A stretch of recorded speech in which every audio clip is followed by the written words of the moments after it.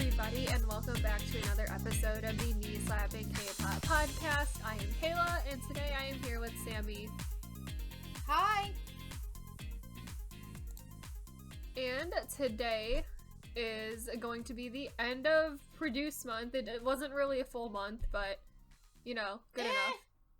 Look, we already had another Produce Month this year. We weren't really intending to go, 2 out of the 12 months of the year doing Produce content, but here we are, so.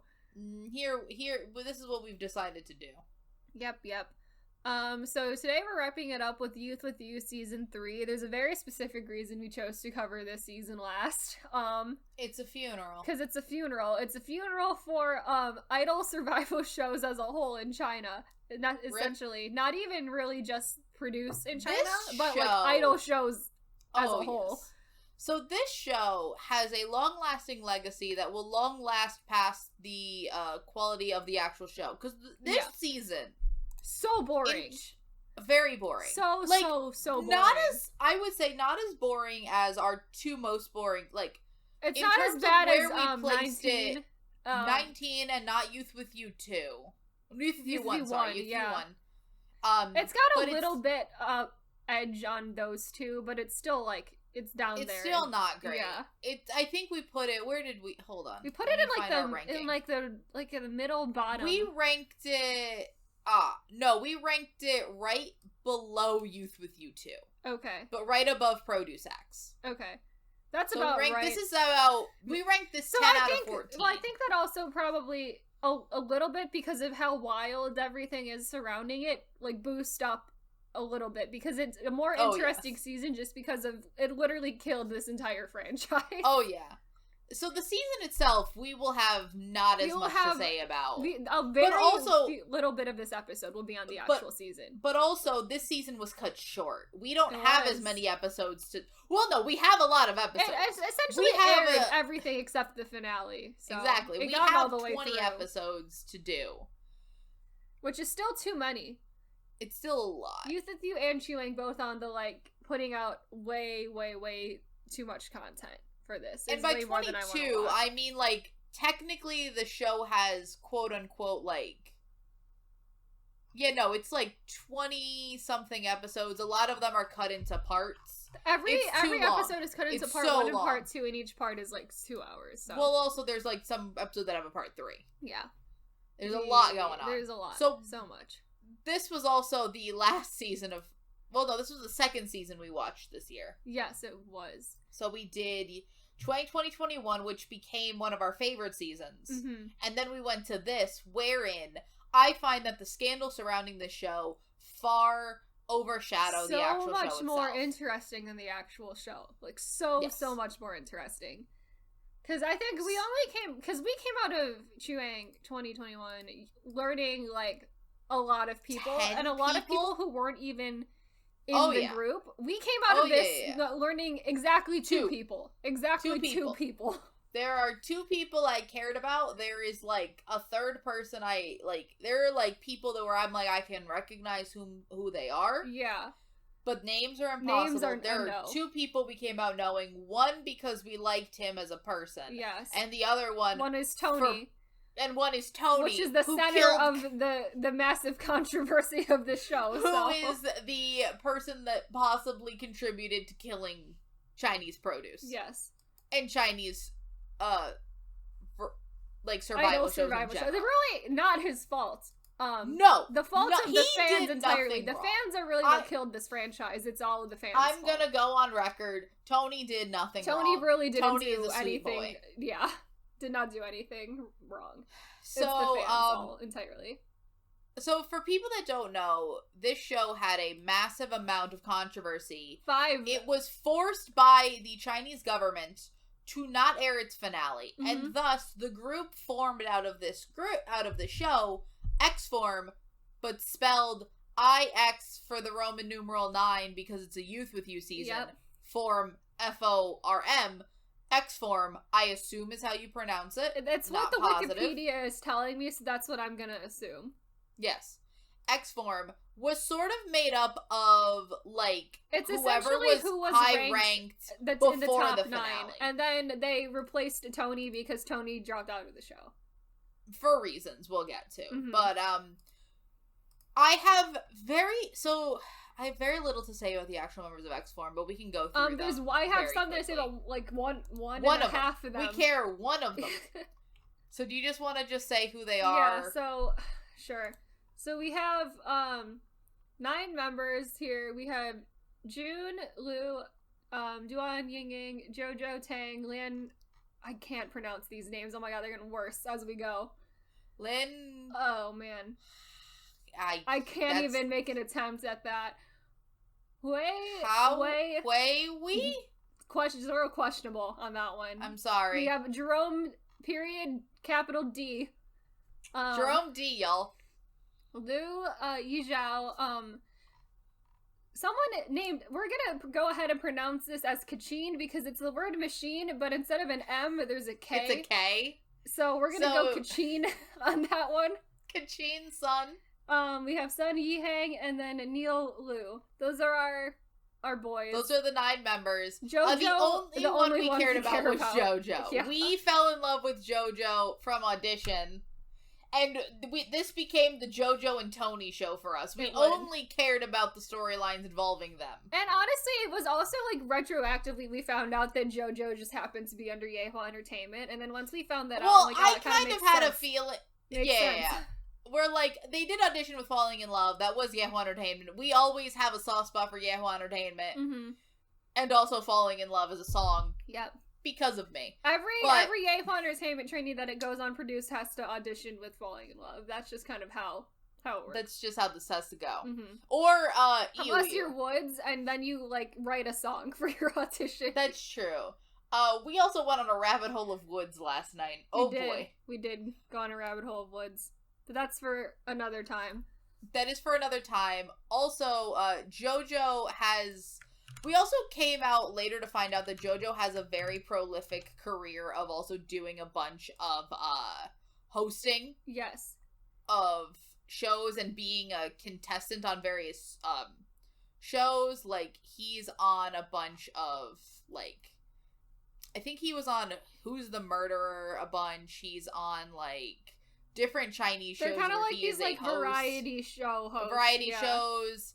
I'm seeing here, like, Detective College Season 3, Youth Party. I'm seeing a bunch of things where it's just he is some kind of host or contestant on a show. Mm-hmm. And honestly, I could tell he has great camera presence. He is very good at making his... Because a lot of these shows are very similar to a busted situation where, like, you are a contestant, you're trying to do the task, and you're playing a character, but you're playing yourself. He is very good at, like, doing that kind of personality-based I think that's why he gets so much screen time on Youth With You too, is because he is so good at sort of just knowing how to perform, like, for the camera and, like, knowing how to do that. They also just let him MC a lot of the, like, games that they play because that's literally his job, is, like, that was his job for years, and so they just let him do that. Because every year, especially China Produce, they'll have the contestants MC. Mm-hmm. All of the games are entirely emceed by contestants always. This was a season where, like, it went flawlessly and everyone was just very, like, because sometimes it's awkward. Yeah. Especially in the beginning where, like, you get the members that have personality, but they don't know how to MC. But this man is, like, literally a professional. Like, he knows what to do here. JoJo has apparently been emceeing since 2018 on Brothers Stop Making Trouble, which, again, some of these Chinese names are very funny. The show names are fun. Some of these names are very fun, but, like, he's been emceeing for years at this point. He's very good at it. Yeah. And he's had consistent work as a trainee doing this thing. It's great. Mm-hmm. He's great. He's the only one we're really going to care about from X-Form, and then we got Tony. Yeah. Which we kind of just started paying attention for him because we knew he was the center of a lot of the controversies that came out of the show. We watched this retroactively. So we already knew about the Tony situation, and we just wanted to see it play out. Yes, essentially. More so. And then I knew Tony had been on Produce X as well. So Tony actually, to speak on that, Tony got very far. I'm pretty sure he made the finale of Produce X. He came like 20th, I think I saw. He made it far. He made it real far into Produce X.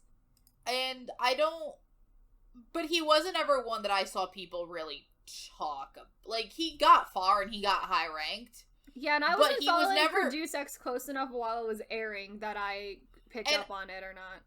And really, I only end up watching, I watched the Korean seasons very quickly as well, and the thing with Produce X is that I felt like there's always contestants that make it very far in Korean seasons, where I'm like, there's no chance you're making it. You're making the finale, but there's no a lot of that's very easy people to pick out in Korean Produce. It's people who are gonna make it into the finale, but have like a 0% chance of ever making it into the actual group, because they're never ranking like anywhere close to like the top 11. They rank consistently in like the late teens to 20s, but they're never anywhere close. So it's like, yeah, they're gonna make the finale, but they're never gonna have a chance of making it into the group.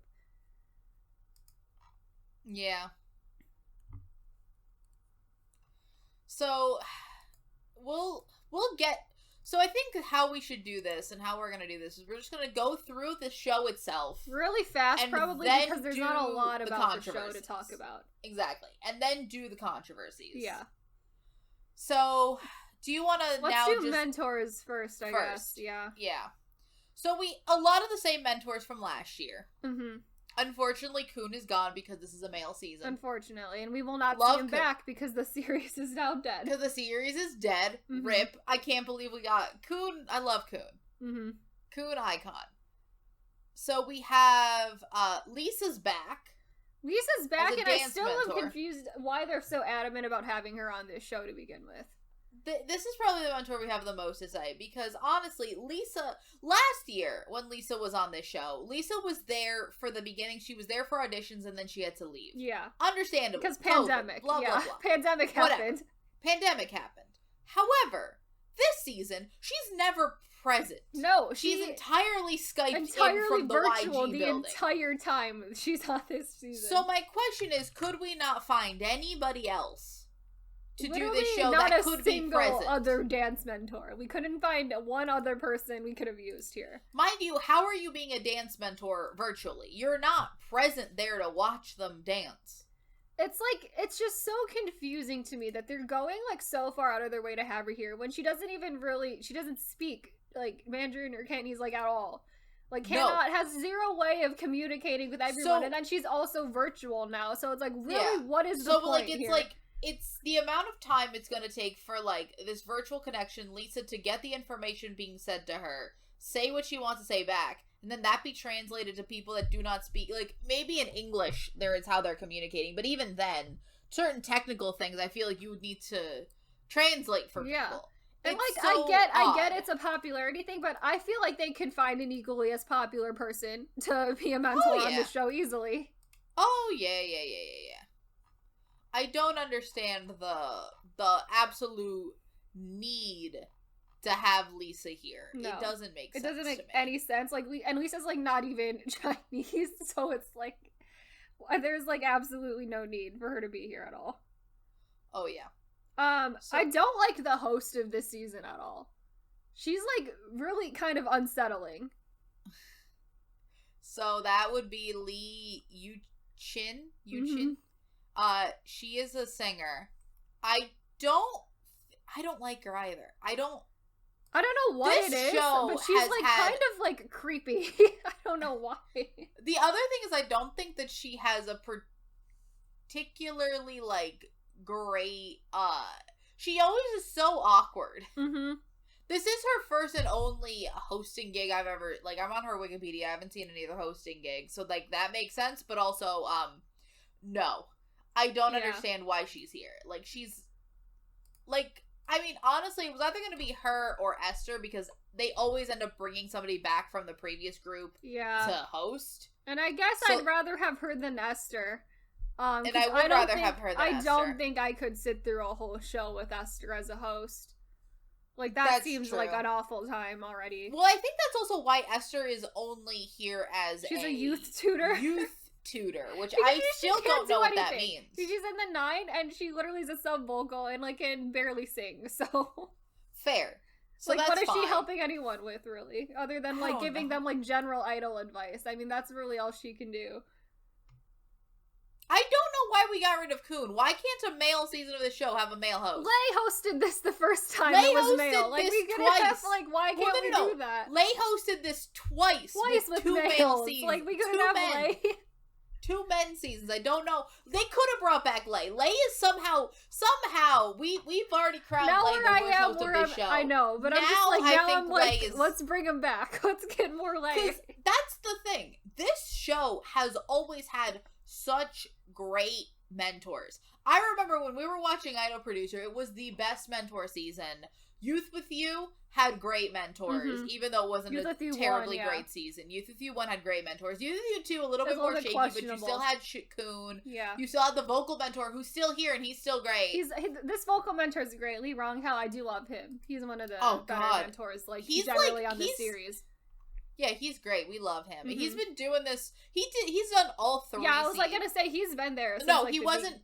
He wasn't in Youth With You 2. He didn't do Youth With You 2, but he did the other 3 seasons, and he's great. And then Will Pan, he's actually a rapper. Like, he did a bunch of seasons of Rap of China. Mm-hmm. So, like, he's actually qualified. So that's great. He didn't make much of an impression for me. He was just kind of there. But I don't think the rap on this season was particularly exciting. Mm-hmm. Whatever. But honestly, I do think that the show has been getting worse and worse mentors every season. It has. I feel so bad because so like, maybe it's a good thing that we're done now. Maybe it is, but like it was such a good starting batch, and it's sad to see it like slowly get worse. Mm-hmm. So then we have the auditions. Auditions for like 4 to 5 episodes. Here's the thing with the auditions for this season: not as bad as Chwang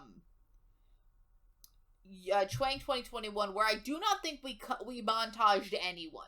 In Chwang 2021, I do not think a single we watched every single audition for every single person, which was exhausting. This, I do think there was a little bit more montaging. The thing is that I think that each individual audition they did show was like twice as long. Like everyone who got shown was given like a huge full audition segment. Yeah.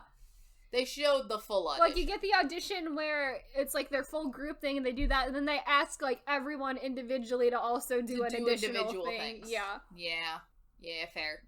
The other thing I want to mention is that they did change the ranking of this season. So it's not A, B, C, D, F. Mm-hmm. It's A, B, C, D, F? No, it's A, B, C, N. Yeah. It's A, B, C, N, which is... I forget what the N stands for. My brain immediately thinks... Oh, newbie? Yeah. Oh. It is my essentially... brain went to needs like, improvement. It's F class without saying F F class. It's essentially, they're ranking everyone based on, like, how much experience it seems like they have being, like, an idol. Yeah. Which is, like, essentially the same thing as, like, the previous essentially, yes. season. It's just saying that we don't want to use It's F. a little bit nicer sounding. I also want to mention how, because we had really bad stage names in Youth With You 2. We are going to continue that in full force this season. So let's just go down and just say some of our favorites. Yep. Joker. We got Christian, spelled Krystian. We have Joni, like Tony, but with a J. We have Stitch, spelled S.TITCH. We have Watson. Mm-hmm. We have Kepler. We have Kepler. Husky, and we have Otter, and we have Lion Lee. Aren't those two of them are in Produce Pandas. One of them is a separate person. Oh, okay. Then we have Crayon. River. Hello, Crayon. I'm pretty sure there's like multiple people with the stage name River. I think there's at least 2. Yeah, there's more people with River. There's Alpha. Mm-hmm. Oof. We have this one man. We gotta mention Kachin. We do this one man. It's all like all these vowels. Ikelili or whatever. Every time I saw that, yes. I'm like, what's going on? That's so many vowels. We have Boogie Fish. Oh, we also have Bernie. I think that's funny. Bernie, yes. Lil Star. We have Nemo. Nemo. Oh, we have Nemo and Merman. Yep. Jerome D, which we already talked about. We have Jadon, but Chuck. spelled J. We have Chuck. We Chuck. also have Jaden, spelled Jaydon. Mm-hmm. Casper, the friendly ghost over here. Russell. Mm-hmm. Oh God, yeah. Tim. Kingston. Jason there's K. There's a different Jaden. There's a Jaden spelled Jayden, all capital letters. There's a Jason K, which implies that there is multiple Jasons. There Mm-hmm. aren't. It's like Jerome D. Oh, this other guy is River with a period after it. There is, there's The Dream, mm-hmm. Tommy, Jackie, Chase, Jaden spelled the other way, I saw him, KK, and our lovely JoJo. Mm-hmm. So we really just a lot with the stage names this season. Yeah. I do want to go back to the produced pandas for a second, because they're one of the only groups of people I found interesting on this show. Yeah. I didn't learn any of their names, but I do enjoy them on the show a lot. I love them as people. Mm-hmm. They're great. So the produced pandas are these slightly older, mm-hmm. right? Yeah. They're old. They're on the old yeah. end. I'll say, so this whole season as a whole, the age range is skewed higher than a lot of other seasons of Produce. That's the thing with, generally in Produce China, especially in more of the recent seasons, they have been skewing older, because Korea has multiple 14-year-olds that will audition. Yes. Multiple every season from the beginning, and will make the group. In China, I feel like the youngest person I've seen make the group was Justin, and he was about 16. Yeah. And then when we were looking through people on this season, I think the youngest person is 18, and then the oldest is 31. So yes. So this, so now you have to be at least of age. Mm-hmm. You have to be a grown adult to be on Youth With You. So I actually got a lot of, like, YouTube recommended videos about the produced pandas, like, I'm probably, like, starting, like, a year or so ago. Oh, they're fabulous. Because I love them. I would get, like, these things from, like, South China Morning Post, or, like, here's South China Morning Post or something like that, where it's, like, here's this, Chinese boy group who are all, like, more older overweight. And not even older, they're, like, about the same age as a normal So the thing is that they're definitely older in terms of, like, if we're going, like, K-pop standards or whatever. Yeah. But, and it's like, I do think that's probably their main problem, is that I think that if they were younger, they'd have a better chance of succeeding, but I think they started probably too late. They did. But they are this group of, like, more overweight, like less conventionally attractive men, and they were saying, we're trying to sort of reinvent, like, what the beauty standards in C-pop are supposed to be like, and everything. And, like, they are very, and, like, the thing is, they're very good. They're very good. The dancing's on point. The vocals are on point. All of it's on point. So it's not even like it's a gimmick sort of situation, because they are doing everything that a regular idol group would do. Mm-hmm. So it's not like your token white men in K-pop. No, and it's not like whatever the EXP edition or whatever garbage that was. Yeah. It's not that at all, because they are very talented and they're very good. They're actually good. Mm-hmm. So, they're very good. They're so, like, and they do quite well. Like, they're not as polished as a lot of, but, like, this entire show is, like, most people on this season get around, like, your C and newbie. There's a few B's, very few A's. I think, were we doing the thing with this season where we only gave out as many A's as there are spots in the final group? Possibly, but I don't remember them saying it. I don't either, so, because I wasn't paying a lot of attention. We weren't paying that much attention. I was massively bored watching the audition. Yeah. The only other audition I want to mention is that the Yehua trainees did Falling in Love. Because that's required. That is a required statement. It's a requirement, yep. And, like, they did it quite well. Mm-hmm. I've seen people butcher that song. They did not. Yay for them. They did good. Yay for them. I will say that JoJo is also the story of someone pulling themselves out of F class to win the show. Yes. So you get that from him. I will say also that unlike Chuang, we are also, like, I would say, like, 95% Chinese on this show. Oh yes. Like, almost entirely Chinese. I think I've seen, like, one Japanese I've seen, like, there's, like, maybe 3 people here who are not and, Chinese. I think if we count it, there's, 2 or 3 Taiwanese people, but in this show that counts as China. Because in mainland China, that is They China. don't mention that they're Taiwanese because that's just mainland China. Yep. To the producers of the show. Mm-hmm. They're already in trouble enough with the government. Yep. So that's it. There's, a whole, list of a lot of these kids were on, other shows previously. Because that's the point that we're at with survival shows, where it's, a lot of them are gonna have previous survival show experience, so.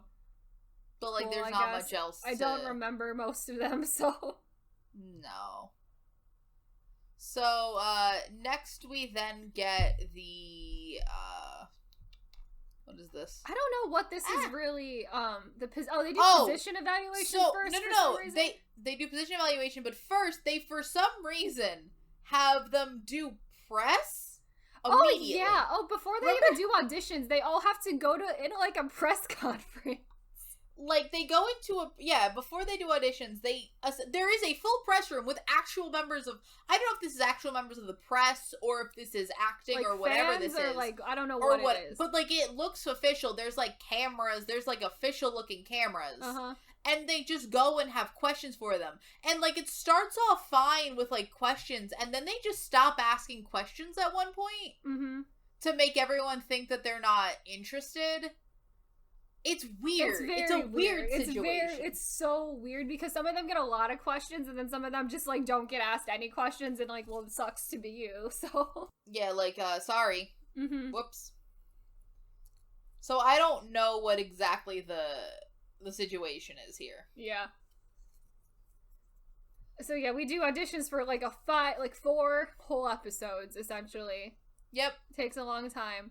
And then we go to the evaluation, then we do position evaluation. First, Mind you, before this, no everybody all the mentors, like they do every season, get a full performance themselves. Yes. To always. Just introduce themselves, because we need to waste 10 minutes on that. Mm-hmm.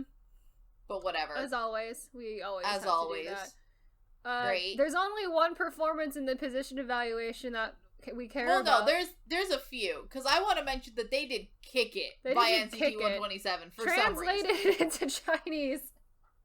Translated to Chinese, which is not a song that's ever been translated to Chinese. No. We continue that. They could have picked a wavy song, but they didn't. We took a 127 song and translated it into Chinese. Oh yeah. That was a choice. Mm-hmm. That really was always a choice. What's the other one I found that was really good? No, this isn't the round for that. Never mind. But yeah, no, there's only one song we gotta talk about. There's only one song that matters, and that's Sunshine Rainbow White Horse. We have talked about it previously in our other 2 episodes, and it's great. We love it so much. Sunshine Rainbow White Horse is now in our top 10 produce numbers of all time. It is really good. It's top tier produce number. It is ridiculous. It is stupid. It's so stupid. It's so stupid. Here's the thing. It is probably as stupid as PPAP. But it is better because I feel like it is more it's so fun. And they're having such a fun time with it. Yeah. No, it's fabulous. It's so full of energy. There's 12 people doing this number, by the way. Yeah, a lot. There's so many people in this number. Every single one of them looks like they're having fun. There's not even anybody interesting in this number. No.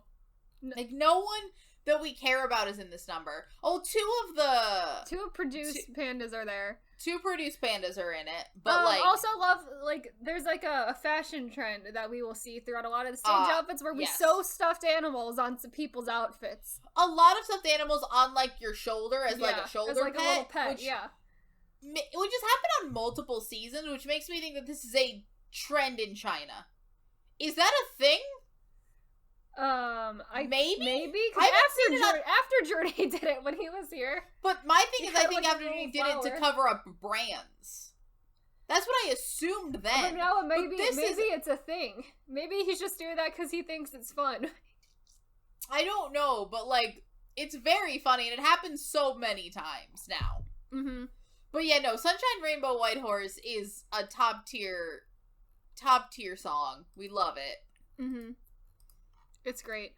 It's great. It's ridiculous. It is one of the few ridiculous songs in this show, because we got Crab Dance, we had Seaweed Dance, we had a bunch of these other songs that just don't work because they're not good. We get like a meme TikTok-esque song like every year for some reason. And for some reason, the only couple that have worked is PPAP worked. Mm-hmm. But I think that's mainly just because it was the first one, and also we're like, but also it had like there were 5 people in it, and 3 of them ended up in the group. Like, it was like a top tier. Like, you had like the A-class talent there. Mm-hmm. This one, I think it's just well done. It also has talent there. Yeah. I think a lot of the seasons just end up with like not good people, and you can't pull that off. And also the music is annoying a lot of times. I think this is also very bad. The song itself is also just a better song. Like, Crab Dance and Seaweed Dance are very much like children's songs, and are sung in a way where they're making them sound like children, so it's a lot more grating. Sunshine Rainbow White Horses sound like it's sung by a grown man, and it's just like a wacky song, which makes it but more also fun. Here's the thing, they also did change it a bit, wherein it does make it a little less grating. Yeah. Like, it's the instrumental. I can completely understand if someone finds this instrumental, especially just the instrumental breakdown of this song, extremely grating, because it is just a lot of noise. Mm-hmm. But I find it massively endearing. The next round, we're gonna split everyone up by age for some reason. I don't know why.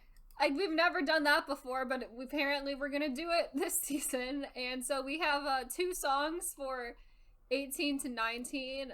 1, 2, 3, 4, 5 songs for 20 to 22. Then 1, 2, 3 songs for 23 to 25. And then a song to 26 one song for 26 plus. Which honestly is very fun because, like, it does really show the age range of this show, which is mostly, again, 20 to 22. Mm-hmm. And then 23 to 25. Which, honestly, I like the idea that this show had... I like the idea that this show did not have minors on it. Yes. Weirdly, I find that refreshing because I'm like, I no longer think that we're exploiting children. Mm-hmm. 18, obviously, not super old or not super mature, but there's no children here. Mm-hmm. The only one I really want to talk about is I really liked... from the 20 to 22 category, No Music, No Life. Oh, yeah. Because, again, there's about, 12 people in this performance. Band song. Hold on. There's 2, 4, 6, 8. There's 10 people in this performance. 5 of them are just pure singing with mic stands. Mm-hmm. And then 4 of them get guitars. And then JoJo gets a keyboard that they have to pretend to play while doing this performance. Yep. They made a fake band. And I don't know why that was the theme that we went for, was fake band, but it's a weird the song, performance. I feel like the original song might have been sung by a band, because it does feel like that kind of song. It does. But, like, it's very, like, it's actually quite well done. I really like it, even though it does look very awkward when 5 people aren't doing anything, and just standing there, and also... most of these kids don't actually know how to play these instruments. No, and have no idea. How to fake play them either. Yeah. What to do about it. Alright. Any of these other ones that you find particularly interesting? Who is the real MVP is fine. I think we put that on our good performance list. Who's the real MVP is the one that had all their pictures in the back. Yeah. Which is, again, where I think I said to you, damn...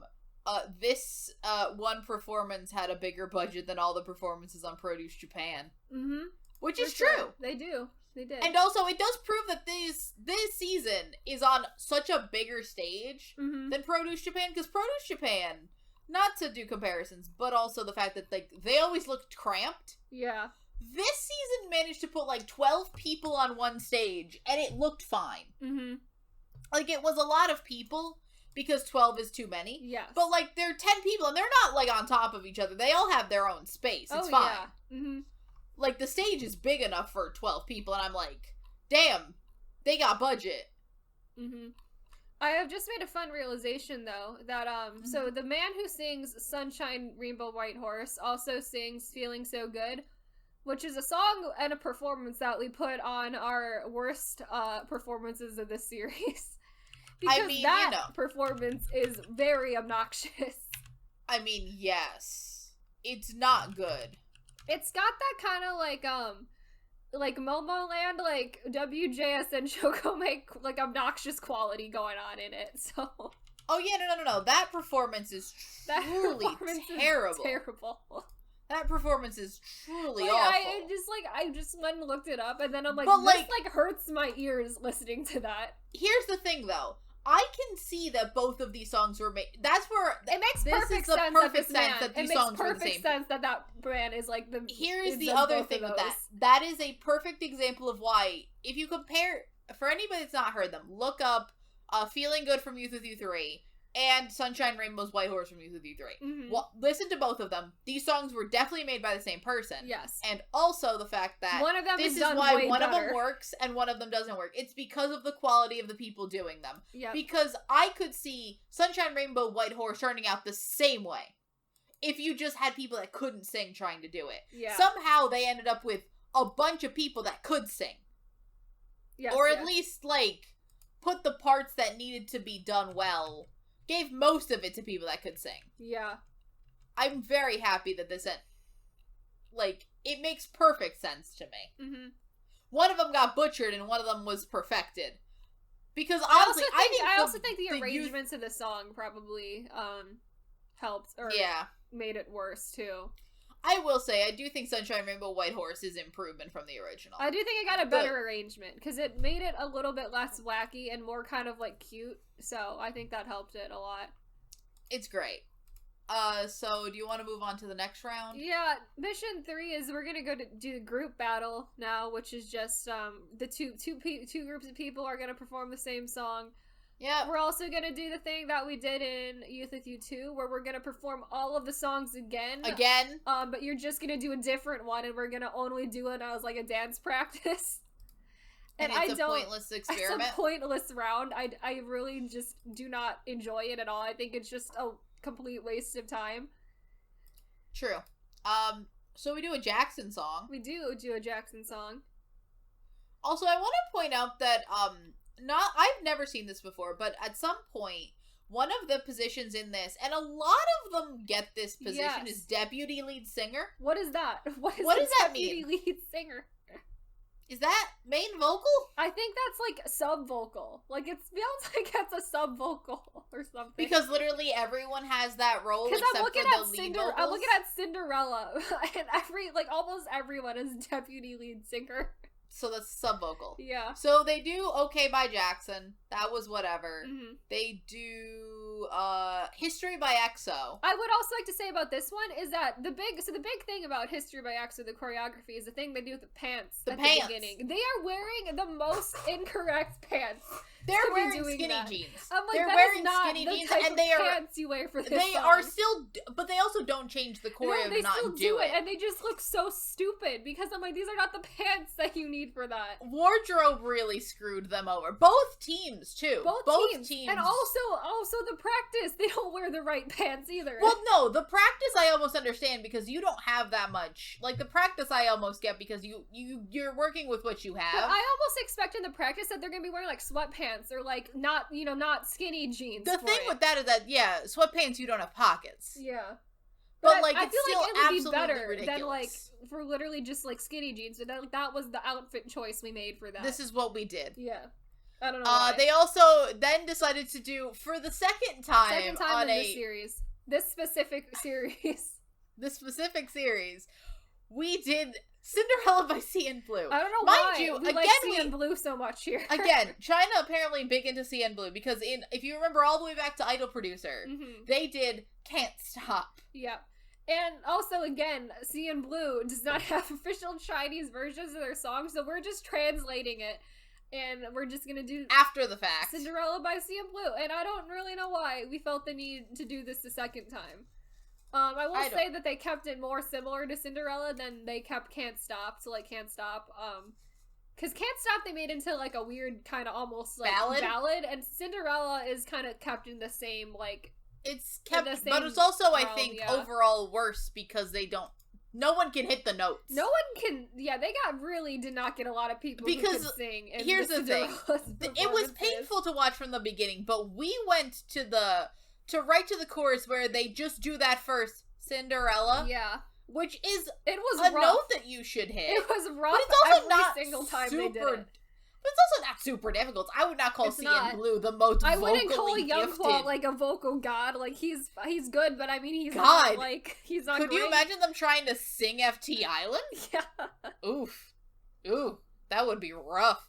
Yeah, I would not call him, like, a vocal genius. Mm-hmm. Like, CN Blue is not the vocal masters of K-pop bands. Youngwall's good enough he's not that he bad. can carry a band, but, like, he's not bad. Yeah, he's not, like, but exceptionally he's not, good. like, just comparing him to FNC bands, he's not Hongyi. He's not Huesung even. He's not Huesung. Yeah. Hell, I wouldn't even call him a Young Hoon from One Week. He's better than Day 6. I'll give him that. He's got better than Day 6.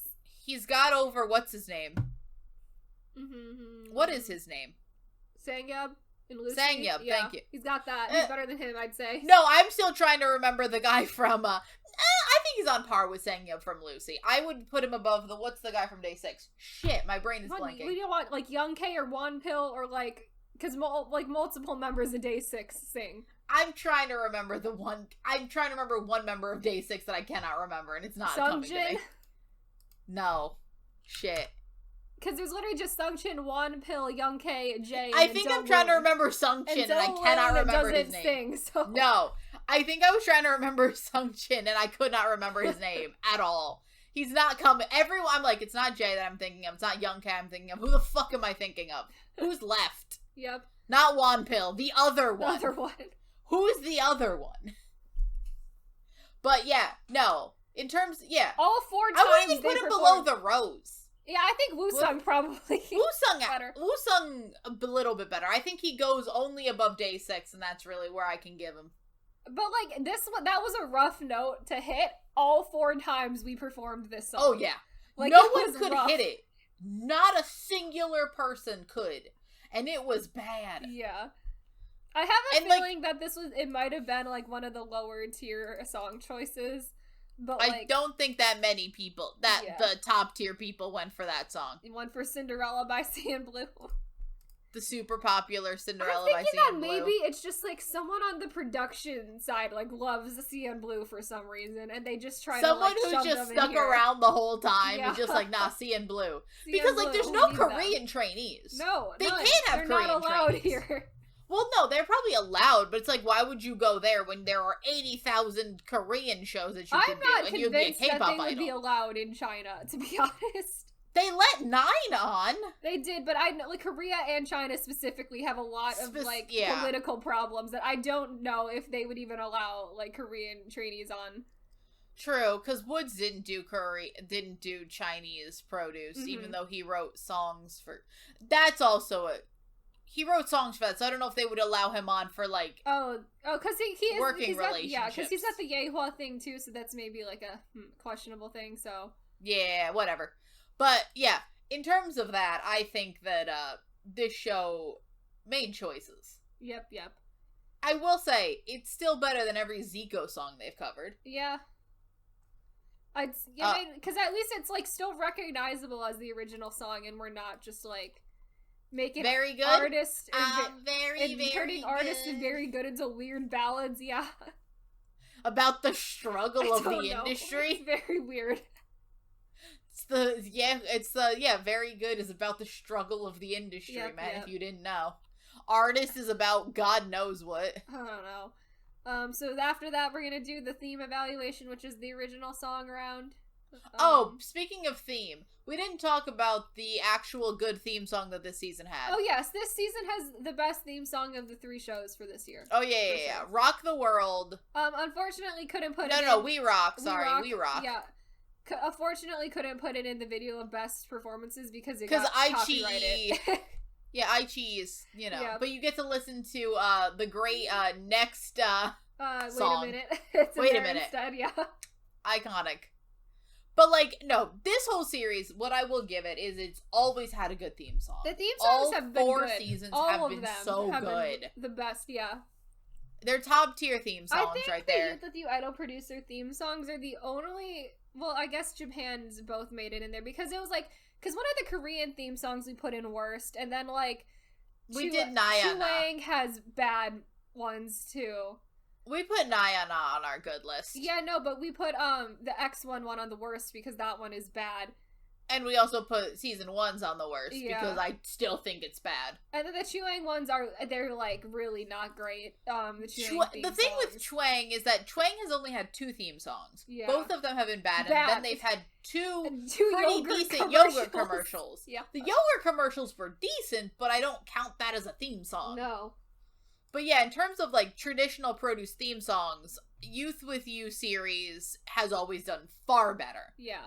I think overall, because even taking into account Japan, who's only had 2. Japan's 2 theme songs are both good. They're good, but I would still say I would put Youth With You's theme songs as the best series. Series of the best theme songs. It goes Youth With You, Japan, Korea, and then Chuang's Chuang. 2 bad theme songs. Yeah. 2 terrible ones. Yep. All right. So now we get to go to the original songs. So we do original songs. These are not great. The original songs. So we have. Can we just talk about how one of them is just called Domesticator? Yep. I also want to talk about the style. So they've given each of these songs a style, which is just 2 words. So we're gonna just. So Domesticator is the first one. Yes. What is the style of a song called Domesticator? Yep, and it's kind of is gonna sound pretty much like what you expect it to sound, just given the title as well. Look, I'm gonna tell you about the set dressing, and I think you'll get the point here. The set dressing is a massive stone hand in the background. Yeah. Also, the genre is trap, in case you were wondering. So. Like, it's not terrible. It's fine. Like, it's actually pretty decent. But we're gonna call the style of this song Pride and Joy for some reason. Yep.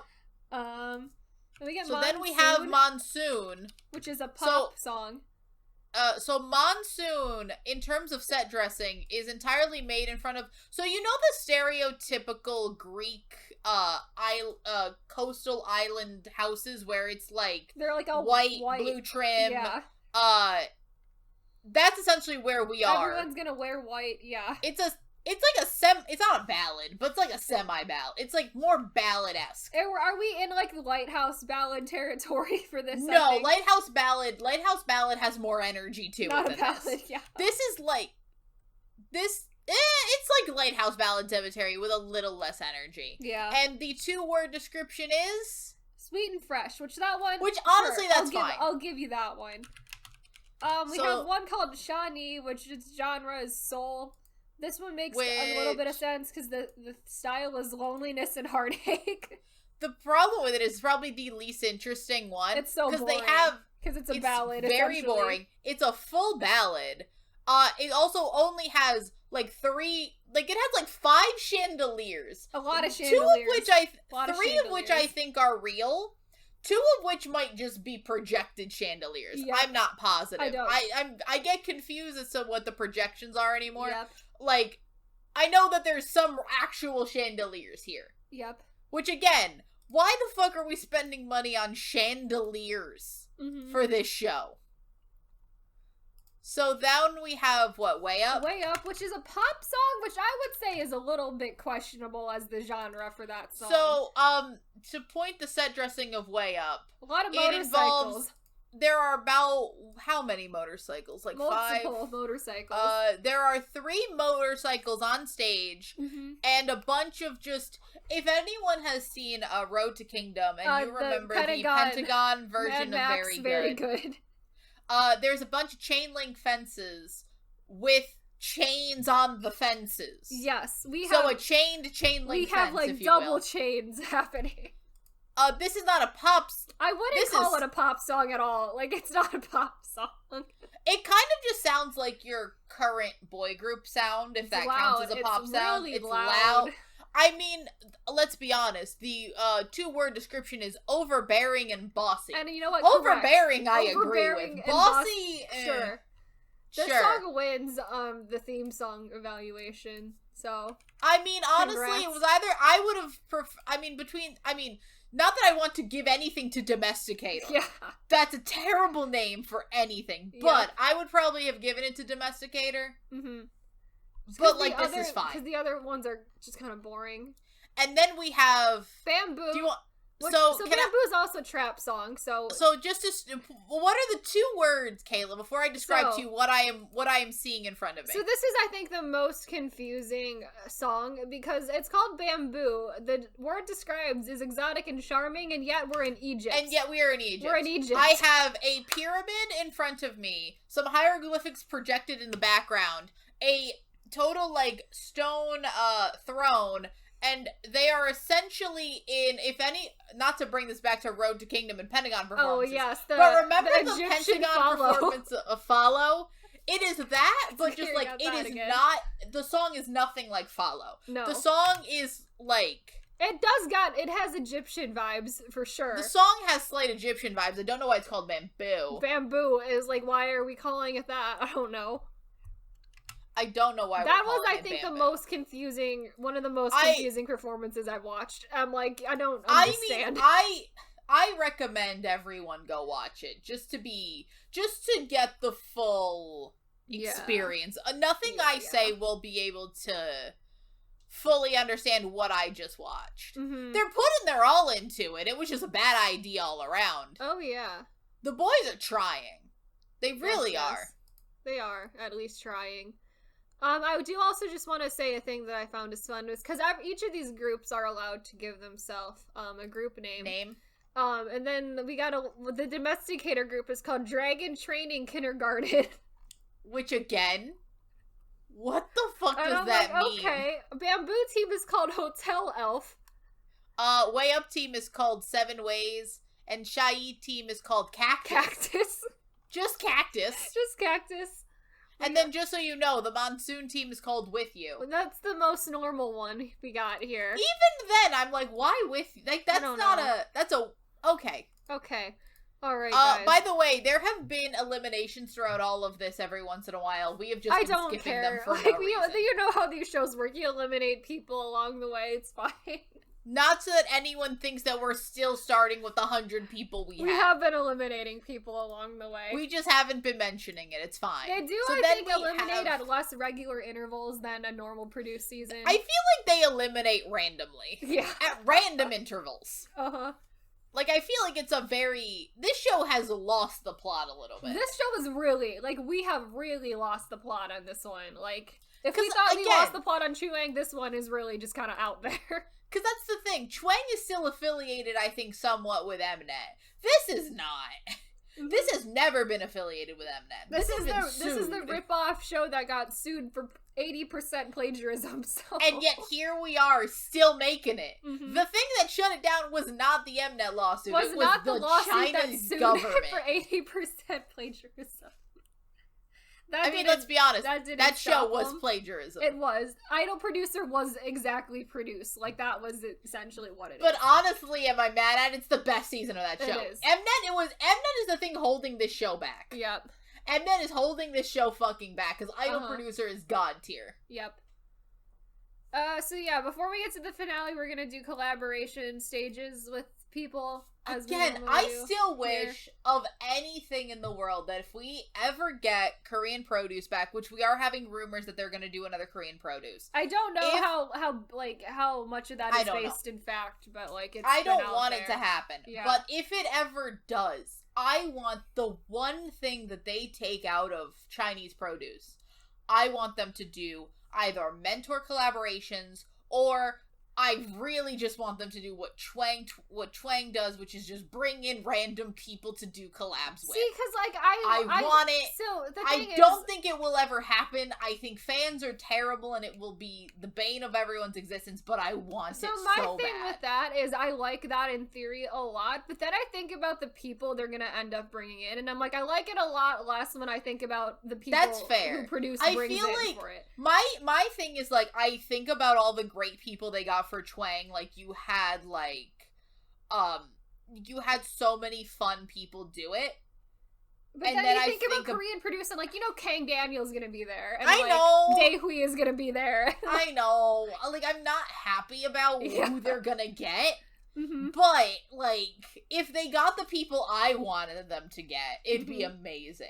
Good thing is that there would be a good chance Woods would do it, so, like, that's what something I'm saying. To look like, Woods to. would be great. Because they're gonna end up getting all of the ex-produce people. They're not gonna get what you're gonna get, like, all the, like, really, like, bad people along with him, so. True.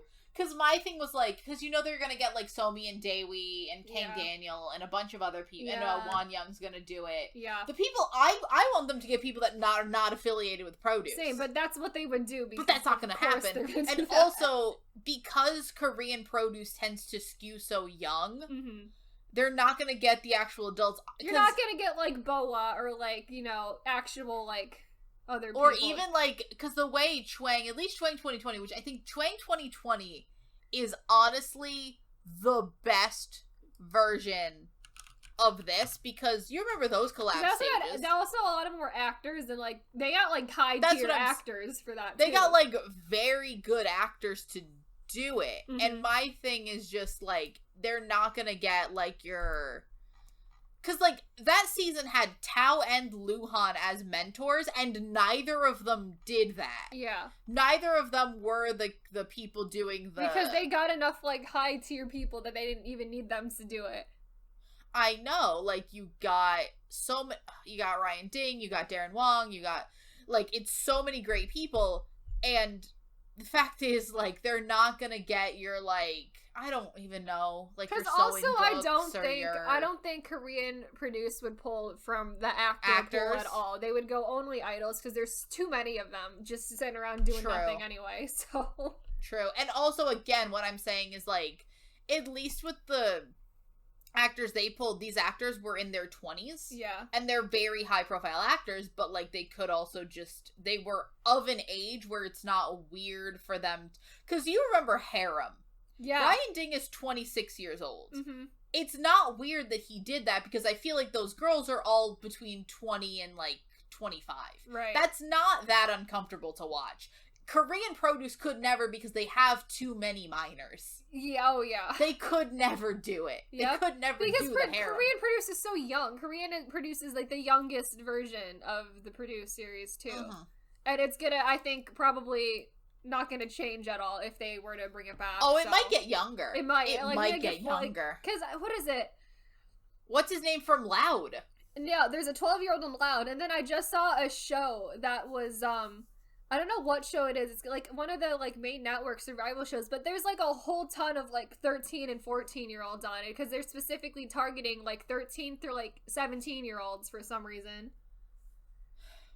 So, yeah, I hope that... And if we do get Korean produce back, I hope we don't go too much younger than, like, 14, because then we're in, like, weird territory. We're in the weeds, and I don't want to be here. But yeah, no, my hopes and dreams have been dashed. Like, in a weird way, I would like to see them try it for one season, but in another way, I never want to see them attempt it, because it would just ruin the one.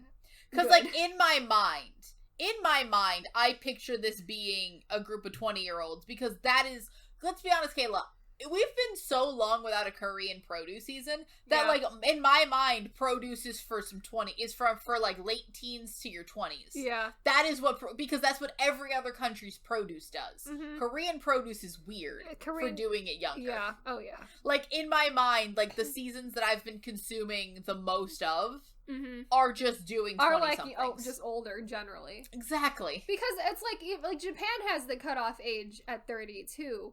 Korean produce would nowhere, like, barely allows, like, 26-year-olds on the show. So. Exactly. And, like, overall, that might just be why I think a lot of the performances of, like, even if the talent pool is slightly less talented, I have so much more fun with the foreign seasons of Produce. Yeah. So much more fun, because, like, the Korean seasons, one, they take themselves far too seriously. It's like, yeah, That's number one. Because like, it's the way that it is in Korea is, like, that's, like, a career-defining show to go on, so... And not that this isn't. This does make you extremely popular. But, like, you can have fun. But they would never do Sunshine, Rainbow, White Horse. The way these shows are formatted now, it's like, it's also like kind of meant to be like a fun experience for everyone involved in it. So. Oh yeah. Like, I'm sorry. They would never do Sunshine, Rainbow, White Horse in Korea because everyone would like dread doing it because like, oh, that's not like your super intense moment of like being a star power. I'm like, yeah, but that's the most fun you're ever gonna have in your life. Yeah. You're never gonna be able to do that. It's amazing. And also, this is like if they pulled out like Baby Shark as like one of the songs in Korean Produce. Kayla, that's an amazing idea. Because that did get, like, resurged again because it was the Korean version. So, like, if Produce was still running and they just decided to pull out, like, Baby Shark. But, like, make it have, like a beat PPA drop. Make it have, Baby like, Shark. PPAP. Yeah, like, remix the fuck out of Baby Shark. That'd be hilarious. That'd be amazing. That would be viral. That'd be so good. But they would never do it. They wouldn't because Korean Produce... Yeah, Korean Produce sucks in that way. Because it's not fun. Korean Produce isn't fun. No, it isn't. And that's the thing with this is, like, it is older people, which I immediately like, because it's immediately like, I'm not watching children be emotionally abused. That's number one. Yep. And two, they look like they're having fun. They're allowed to have fun. And, like, it just seems like an all-around better environment. The judging on foreign seasons, even though the judging in Japan kind of sucks for different reasons, but they never feel, it all feels like everyone is on the same page, that we're all here trying to do better and everything. Korean Produce, I think they might hate some of those kids. It's unfortunate for them. And the thing that's even more unfortunate is because some of those people are, like, actual idols. Like, you're gonna encounter them again, like, in your career, probably, so. Oh, yeah. Like, I think a lot of them, and then also, like, you have the fan dynamic, where it's like, you can't make criticism. I'm sorry. Remember in, Chwang 2021, how sassy they were? Oh, so sassy in Chwang 2021. They could never That's how you get yourself, like, immediately just canceled and, like, voted out, like, the first round in Korean Produce. No, that's how you are bullied off of the show. Yeah. Period. That's what happens to the Boombayah group in Produce 48, where they literally picked a group that they knew was worse than them because they needed to win, because that's, like, what you do, and then all of them got, like, so just completely destroyed by the Korean public that almost all of them, like, got, like, eliminated early. That's so cruel. Yeah. People are, like, the Korean public, like, we'll get to netizens in China in a second. We'll get there soon. We're almost there. We're almost there, but we're gonna go on this rant for a little bit longer. I'm having fun. But the netizens in China there's a slight difference there where I'm like, they bullied one kid off for reasons, but it's never gameplay reasons. Yeah. Like, the gameplay, you let people play the game. Yeah. And, like, I don't know, the foreign seasons have really, because we watched all of the foreign seasons this year, essentially. All of them this year. And it really just put the Korean seasons into perspective, where it's like, by the end of Korean Produce, by Produce X, I, one, didn't care, and two, I actively hated the show. Yeah. I was like, happy it got canceled after Produce X was over. I was like, good, we need to end that anyway. Like, yeah, the show seems time corrupt. For it to be done. Yeah, the show seems corrupt. The show doesn't seem like anyone's having fun. The show seems like emotionally, and also, like, all the stories you get about them not getting fed, them not getting, like, this seems cruel to do to people. Mm-hmm. And then we just watched all of Foreign Produce, and I'm like, never mind, this show's amazing. And we watched Chwang 2020, where the girls are literally living in a castle, like. Yeah, and I'm just like, you know, and even like Chwang 2019, where they're living in a boot camp, they still look like they were having way more fun than any of the Korean seasons. Oh yeah. Like, this format is not a bad format. This format is great. I like the format as a whole. If executed correctly and put in the right context like the foreign seasons do, you end up with wonderful hours of television. Like, whether you go more sentimental and low budget, like, neither of the Japanese seasons are high budget. You don't need all the money in the world like China has to do this show well. You don't need the castle. Yeah. I still felt like the kids of Japan were having fun. Yes. Or you go super high budget and give them a castle. Mm-hmm. Go take them fucking parasailing. Remember the fact they went something. They did. Give them, like, a massive, like, movie night hosted by JoJo. I feel like one of the Chuang seasons also had, like, where they're, like, voting reveal on, like, a river cruise or something like that, too. Like, I feel like they did that sometime. They did. They have fun reveals. Yeah. And, like, you end up with such fun. You just give them a whole chicken. Just give them whole chicken. Just give every member of this show one rotisserie chicken. You'll end up with hours of fun. Chicken. Hours of fun. Korea would never just do something simple like that. Or let them have fun. The charity projects, for some reason. Oh my god, I forgot that we did that. I just think the foreign seasons of, I feel like don't put them in an unheated glass box. Let's maybe not. Do not put them in an unheated glass box. That was a bad. Let's maybe not bring that to Korea. Because also, I feel like they won't end up with jackets. At least the Chinese kids had jackets. I don't think the Korean kids would have jackets. Probably not. But what, I just think that if we are ever to bring this back to Korea, I need them to just do one thing and just watch the foreign seasons. Watch the foreign seasons. Look how these other countries are doing your own show better than you did your own like, show. Specifically, watch Youth With You. Because honestly, because the season that Korea had the most involvement in was Produce 101 China. Yeah. That's the season they had the most involvement in, I feel. And they probably had a decent amount of involvement in Produce Japan as well. But that was like at the tail end of Produce. Because that was, so Produce Japan was, I think, in the middle of airing when the Produce X stuff was blowing up. Which is what I'm saying of just, like, I feel like they had, like, a bit of thing with that, but, like, you kind of... I think that they had was when everything was imploding. And, like, when the licensing had to, like, be bought and everything, and, like, the format and everything. I feel like they had some say in that, because they would have had to have that done beforehand. Yeah, like, the licensing in terms, but, like, in terms of the way these actual shows are run, there's so many format changes you could do to Produce Korea. That would be an improvement. There are so many things that these other countries have done that have just made the show more fun. And I think what we're going to get from Korea again is the same show. It's unfortunate. It really might be a cultural thing, too, with how the series are seen, generally, because in Korea, I don't think that the entire, like, way that idol survival shows are seen is gonna change ever, so they are gonna end up being seen as this more, like, incredibly serious thing, and they're gonna have to take themselves way too seriously than they are. Here's the thing, though. I think it would be a breath of fresh air, because right now we have, God, what's that one called, that's them in the woods? Survival Idol. Extreme Debut, Wild Idol. That's the most confusing show I've ever watched in my life.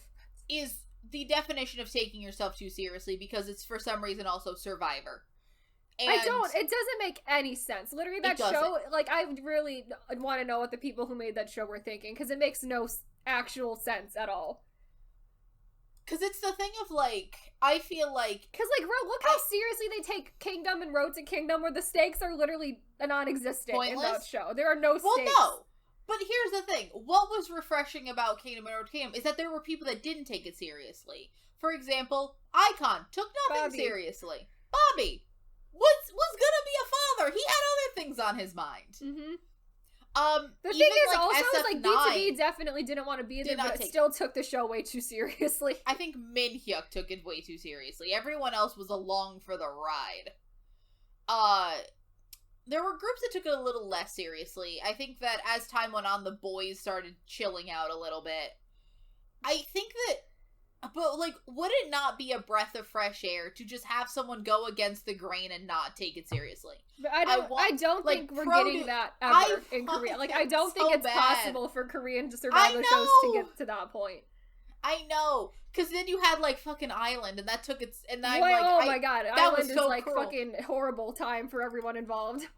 They are sweet boys, like, and if anything, we're getting worse. Like, we're going way, way, way too serious. Like, so we're going the complete opposite direction that we probably should be going. But, like, would that not be the perfect time for Produce? The, like, OG, like, multi-company survival show competition bullshit to, like, go against the grain and maybe give us some perspective. Yeah, but do you really think Mnet is going to do that ever? I'm delusional in this. I want it so bad for the mental health of these poor children. But will it ever happen? No. No. if I'm being honest, the answer is no. I know it's never gonna happen. You know it's never gonna happen. The people know it's never gonna happen. But, hey, that's life. I just want them to be happy. I just want people to be happy. Is that so wrong? But to go back to the mentor performances, I guess. Sure. That was back to there. Everyone gets. I think there's only like 2 I want to talk about. Yeah, so we do Kickback by Wavy with Lisa, and of course, even though Lisa is not present, isn't there. Lisa is literally like we go over to we pan over to a wall, and we like CGI into another room, and then we get Lisa dancing completely separately. And it's not even like. In a weird way, it is the most straightforward cover of Kickback I've ever seen. It's just a cover of Kickback, yeah. And next we just get a cut to Lisa every couple seconds. Lisa not singing, just sort of dancing, just doing a cover to Kickback for some reason. Because I guess which is fine. Taught her the choreography, I guess. I guess, I don't know. Sure, whatever. Then we have, the other one I want to talk about is that they do Yes Okay, a remix with We Rock. Uh-huh. Which is fun. They get some of the girls from the 9. They do it with Baby Monster and Kay and Yan Yu, which it's fine. I don't like the remix of it at all, though. No, they've done, the remix of It's Okay from Youth With You 2 was way better. Yes. Because they did this last season with members of Idol Producer. Yes. With members of 9%, yes, sorry. With, there was Theo and then Lil Ghost. Ghost and Boogie. And Boogie, yep. It was those 3, and it was phenomenal. Yeah, but they, turned both of these songs into, a weird ballad type thing, almost. It's like, they slowed them down, but also there's a bad beat drop in it, and it's, it's not good. Both of the songs are worse now, essentially. Yeah, they made the songs worse. Yeah. Then, the other one I want to mention is just Shut Up and Dance, because, they essentially just did a music video filmed a music video. There's not a single part of it that takes place on stage. We just filmed a music video. It's entirely a music video, which I don't know how they got to do a music video. Mm-hmm. And, no one else did. I guess that was the similar budget, because they did have to CGI Lisa into it, so, I guess while they were doing that, we'll just film a music video, I don't know. That's fine. And this is essentially the end of the show here. True. Also, I want to point out just one fact. There are a lot of words that you can spell in songs. Dance is not one of them. The word DANCE is not a fun word to spell. No. To rhythm. Nope. So yeah, now we're done. This is the end. We've got to the end of the show. And at this point, that was the last episode. We are done. I think we assigned the finale stage groups and then never got to see them because the finale. So the songs were Ozone and Zip. Which I was sitting here for a second. I'm like, I don't remember hearing these songs. And I'm like, oh yeah, because the finale never happened. They never happened. We never got a final elimination either, I don't think. No, we didn't. So we assigned the songs and we never got to figure out who was going to get kicked out of the songs. No. Because these songs apparently have a lead vocal, a support vocal 1 through 7, mm-hmm. and then 2 rappers. Sure. That's too many people. The other one's got 3 rappers. And support vocal 1 through 6. Mm-hmm.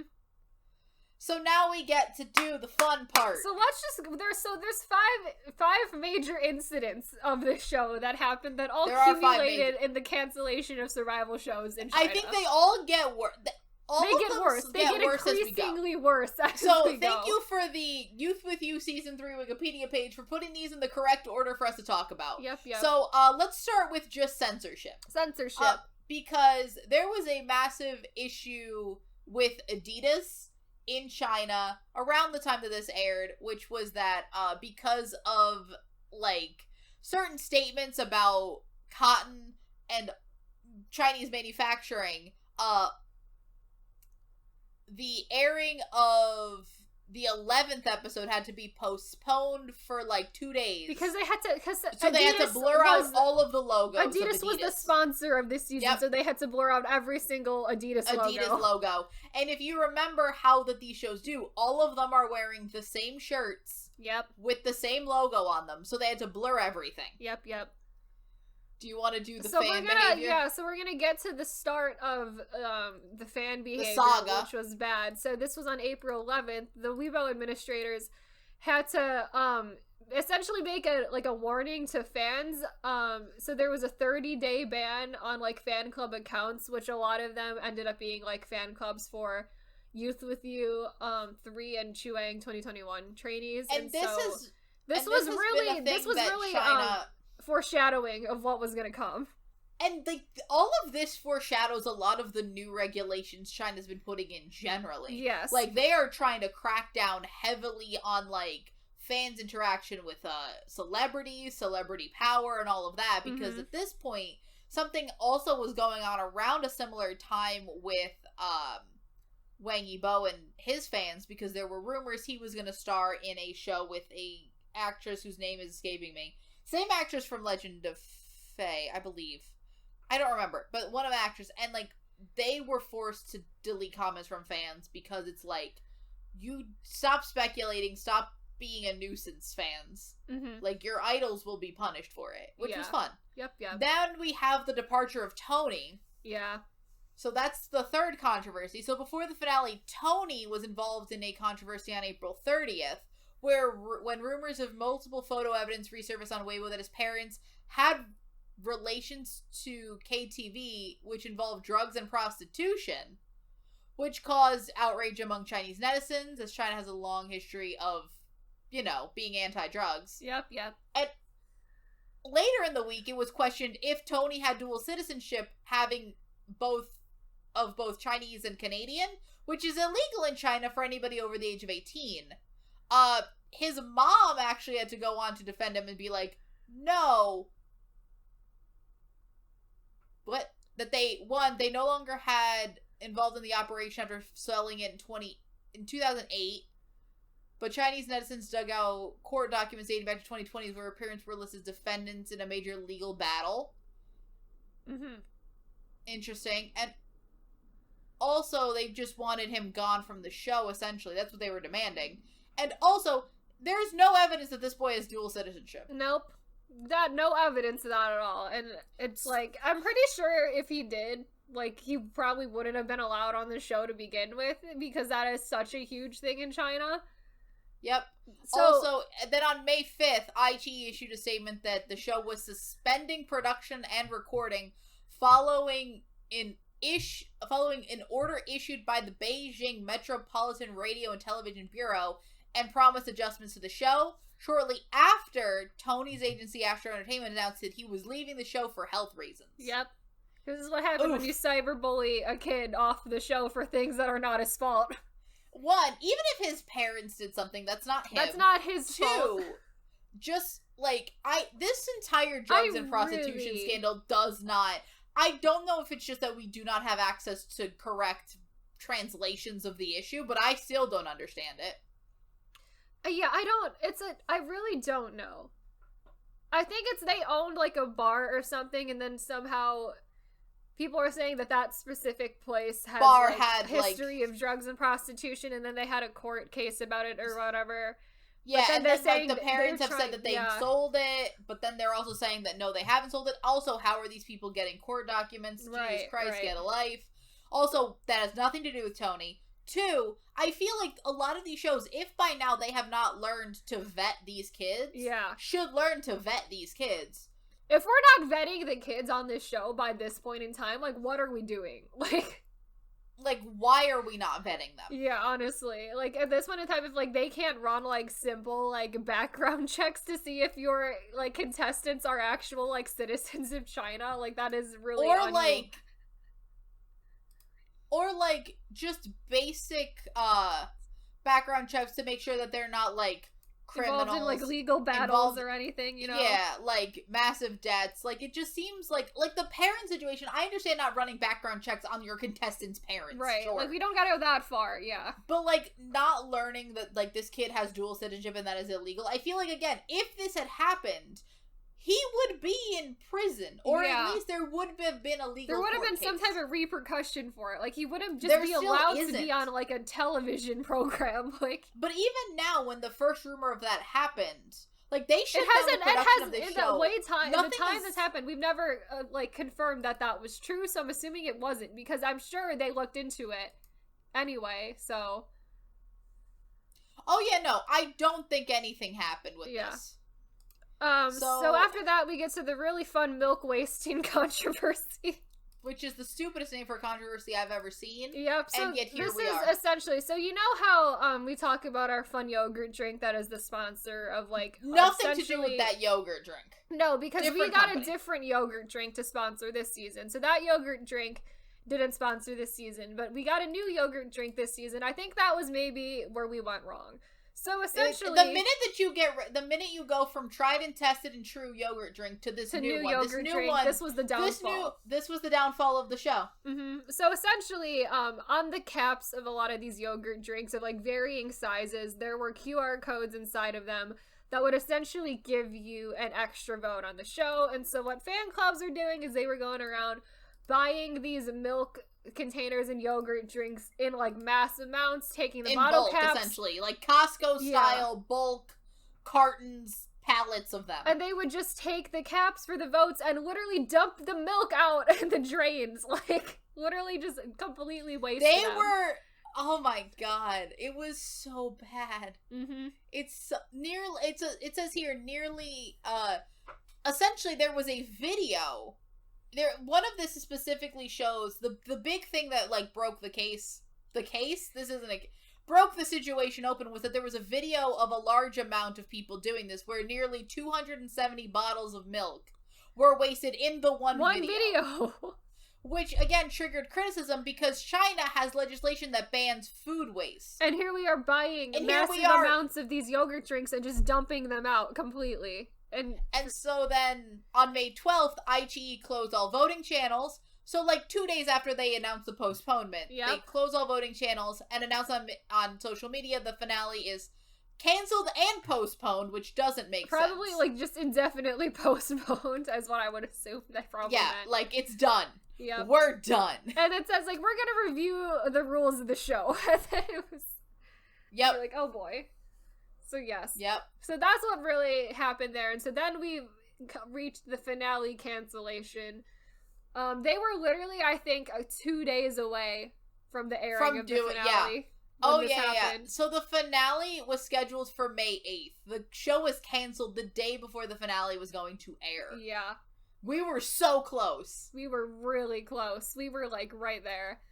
And then all of this had to come out, like, last minute, and it's like, okay, well, the finale is done, and the show as a whole is done. And now China has tons of legislation in place that essentially means idol survival shows in China as a whole are also dead. Done. Well, iQIYI has said that they are, canceling all of those specifically idol survival shows. Yeah. They are not canceling shows like Rapid China or like those things. But I think it's shows that where you're specifically making a group on a show. Yeah. Those are done forever. Mm-hmm. And we can blame a lot of things for it. I think it's a lot of the milk wasting. Milk wasting, I think, was a lot of it. Milk wasting really didn't help, I think. Because I feel like if it was only the Tony situation, Tony could have, like, bowed out. They could have, because Tony left, and I think they could have continued, but I think it was really the milk wasting where they're like, this is a serious problem that we have to address now. Because it is blatant, like, for a show, breaking of laws. And I feel like China's not real into law breaking. No, and they're like, it is, like, once, like, you have a TV show that is so popular and out here, like, essentially encouraging food waste.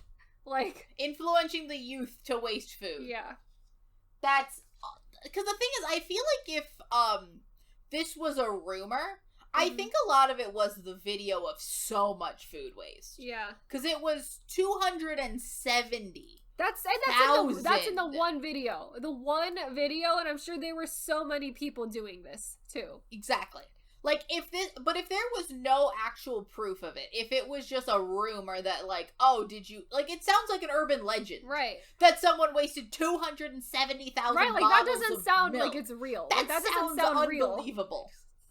And yet here we are having video evidence of it. Yeah. Like, if it was a rumor, if no one had been stupid enough to videotape their crimes. Yep. Don't be stupid, people. Don't videotape your crimes. Yep. You should have, like, that's so bad. And we didn't even know, so it took them until July 25th before we even knew that we were getting the actual winning group out of this show. Because I think originally they denied that they were even going to form the group to begin with. And then it took them several months later before they were like, maybe we should, just out of fairness for the kids who were going to make it. Well, also probably because of absolute massive amounts of... Because you remember what happened with Mix 9 after they announced, there's no group. Yeah. Massive amounts of lawsuits, massive amounts of pressures from the people that are like, hey... What the fuck? And there's, like, still repercussions of people thinking that YG is, like, blacklisting Happy Face because of that now. Because Happy Face sued YG because they had realistic grounds to do so, I mean, YG is a terrible man. I believe it. Yep. But what I'm saying with this, at least, is that it's just, like... They also have realistic grounds to... There's probably multiple companies, like... Yeah. There were Yehua Entertainment people. Like, there were people from, like, decently sized companies. Yeah. That could have been in... That were gonna be in this group. Also, because it's like, you know, it's like they also could have picked, like, 9 people, whoever they wanted, essentially, for this group. Because it was, essentially. Like, as the finale's been canceled, and they had no way of really officially announcing, like, the votes, and so they really could have just picked whoever the hell they wanted for this group. There's still, there's still, like, things of, like, voter manipulation of, like, they snuck some people in or whatever, and I'm like... But this is really the situation in terms of everything else, like, what else were they gonna do? They don't have finale votes to... I know. They don't have votes to really go off of. Yeah. So I don't think any of these people are that surprising. So it's like, I don't think they did, but they could have, and that would have, probably been really bad, but... It would have been a very bad It would have been even worse on an entirely, like, already terrible situation. Here's the thing. Having X-Form not actually being out yet, who had it worse? Mm-hmm. X-Form or X1? Ooh. I think... I don't know, because that X-Form are gonna probably get, like, a full career. Are they, X1 they haven't done anything yet. Well, X1 got a debut, and I think we're alive for a month and a half. So if they go longer than a month and a half, they're in a better spot than X1. Very well. I mean, it depends on if they actually have music. I think they performed... Because they are running out these contracts now. I do think they they've did had a song at a thing. They've had a fan meeting They've done something. It's, like, probably... a little bit better than X1, because X1 really didn't do anything. They've, like, really True, X1 really was just not... nothing. Uh-huh. It's very sad. Mm-hmm. It's unfortunate. But that is the end of... At least it's the end of Youth With You / Idol Producer. Yep. I mean, I will say, it went out with a bang. It really did. It was like, it wasn't like we're gonna quietly end this show. It's like, we're gonna have controversies we went out with a that bang. are gonna affect, like, the entirety of, like, Chinese entertainment. And, like, with these laws, I'm not sure we're getting a Chuang 2022. No, I think they're probably done, too. Like, they didn't have the controversy, but, like, I feel like Chuang is probably That's who done. went out with a whimper. Yeah. Chuang went out with a whimper. Chuang is, like, no longer allowed to make shows because of this. It's unfortunate, because they didn't do anything wrong, but there we are. Sad for them. I think we gotta end this with some of our favorite, because, like, Korea also went out with a bang. Now we're left with just Japan. We got Japan. I don't know what really the plans for Japan are either, so... I'm hoping we get one every 2 years. I don't want one every year I could do a one produce every 2 years from Japan. Like, that seems good. Before you end up depleting your supply of trainees like China did to the point where you need Russian men. Yep. It's so many people. It's a lot. Japan at least, like, cast kids off the street, so, like, it's a little bit of something there. So, I think we have to end this by taking a look back. Yep. At some of our favorite moments from Chinese produce. Yep. RIP. If we get one next, if somehow we manage to get, like, a Chuang next year, we will, like, amend. We will have, like, a zombie produce. We'll raise from the dead. Yep. We'll raise from the dead. But at this point, at the funeral, I think you reminisce about. You reminisce about the deceased. So, Yep. Do you want to go through? What were some of your favorite moments, Kayla? Idol Producer as a whole is just so great. Like, it's so good. I love it. I have this rotation of performances from Idol Producer that I will just go listen to every once in a while. It's so good. PPAP and Sheep and Papillon and Mac Daddy, where it's just, like, so good. They're so fun. It's just, like, 4 icons of our time. All of them, including either Kun or Theo or Justin. Of course. Great. Yep. Our favorite boys. Our I think overall that's still the show that has the most amount of people I cared about. Probably, yeah. So many people. Mm-hmm. Then you have just like, I don't know, I always just remember the mentors from all these seasons. Yeah. Like, even Lay's stilted performance. Lay is like terrible, but also like it's kind of fun at the same time. Because he's so terrible. Yeah, because then you had Jackson, After Journey, MC Jin, Pinky, Shang Zhao. From Chue, you had Wang Yibo, Tao, Luhan, Victoria was there. There's that ballad guy who I don't know his name, but he's also great. Absolutely great. Yeah. There are just so many great, like, the mentors on these Chinese seasons were, like, top tier. So good. Really. So good. So good. The whole chickens, you gotta remember the whole chickens is really such an iconic moment. Mm-hmm. And it's honestly probably a thing that other people watching Produce, like, don't give a shit about, but that was so fun. But no, that was a moment that, like, That's the one moment out of that entire season that we came away with, and we're just like, the whole chickens. There it is. And we loved that one moment. That one moment really was what we were there for. Yeah. I mean, even, like, our terrible center from, from 2019. Yeah. I'll remember him forever. I'll remember him and his terrible hair for forever. Like, that'll stick with me, man. Yep. Just all of 2021 this year, just like... I just follow, Santa, like, Baby Monster's career now because I think she's an icon. Like, she's great. I mean, I love her. Yeah. I think we just got so many, like... While I will say the Korean produce did make some iconic people. Mm-hmm. In terms of iconic personalities... Yeah. Ugh. Baby Monster, like... top tier people on Chinese produce. Mm-hmm. Just the evolving, and I think we can talk about it for a second, the evolving saga of Yehua Entertainment. Yeah, the Yehua Entertainment entanglement with the Produce series is really, like, God. Could do an entire episode on it. Like, it's, like, really a lot. Like, it's We're considering it. We might actually do that. It really is enough content for a whole episode. Honestly, it gave me some of my favorite Wood songs. It did. Because It's Okay is a bop. That's a Wood song, yep. That's a Wood song. So many good Wood songs came from this show. Mm-hmm. Ugh.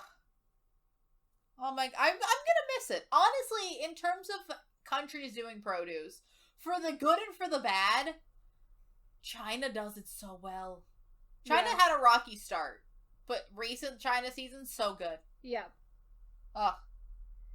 I think, like, 2019 was probably just a bad year for them. But, yeah, 2020 and 2021 Oh, for China, good. Yeah. Because Idol Producer kind of correlates with Produce 101 China and, like, best season and worst season right there. Like, they even out a little bit. But, like, 2019 was just a bad year. 2019 was a bad year, but then we got it together in 2020. So good. We got it together by 2020. 2021, great. Yeah. Ugh. 2021 and the insanity that was Youth with You 3. And just, like, the absolute destruction of the series. It all fell apart so beautifully. Yep. Like, it's terrible that it fell apart, and I feel bad for Tony. But it fell apart in, like, a really entertaining way. Like, the fact that the straw that broke the camel's back was the milk wasting controversy. I know. Like... So much milk. And I do think that we're just gonna have people whose careers we follow forever. Like, would I ever have... I'm so happy we managed to follow Justin and Theo. I know. We followed them from Korea to China. That's why I watched that show, was for Justin. Because I remember, like, I was on replay. And was like, I was just reading comments, and it's like, Idol Producer, what's Idol Producer? Then I watched one episode of Idol Producer, and was like, this is better produce. This is better. This is just better. And it is better. Justin, Theo, we follow Kun so much now. Yep. Kun's better, like, Kun, when we say Kun... Most people think Wavy. We think other Kun. Best center Kun. Best center Kun. Yep. Between that and, like, Baby Monster, we love Icon. I love Baby Monster Icon, so much. love She's her. So good. Then you also have, like, even people that I did not think we were gonna follow. Yeah. I'm probably, like, I follow half of those kids from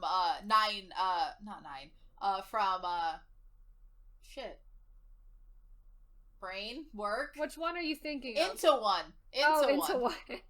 My brain was going to N's and I's. And yes. like, it's not I and I. It's not the 9. Because what it's the most convoluted name for a group. Yeah, like, my brain took a minute to remember, like, what group are they in? Mm-hmm. Into one. Into one on Instagram. I'm gonna follow them forever. For some reason, I get Kaylin's videos recommended on YouTube. Yep.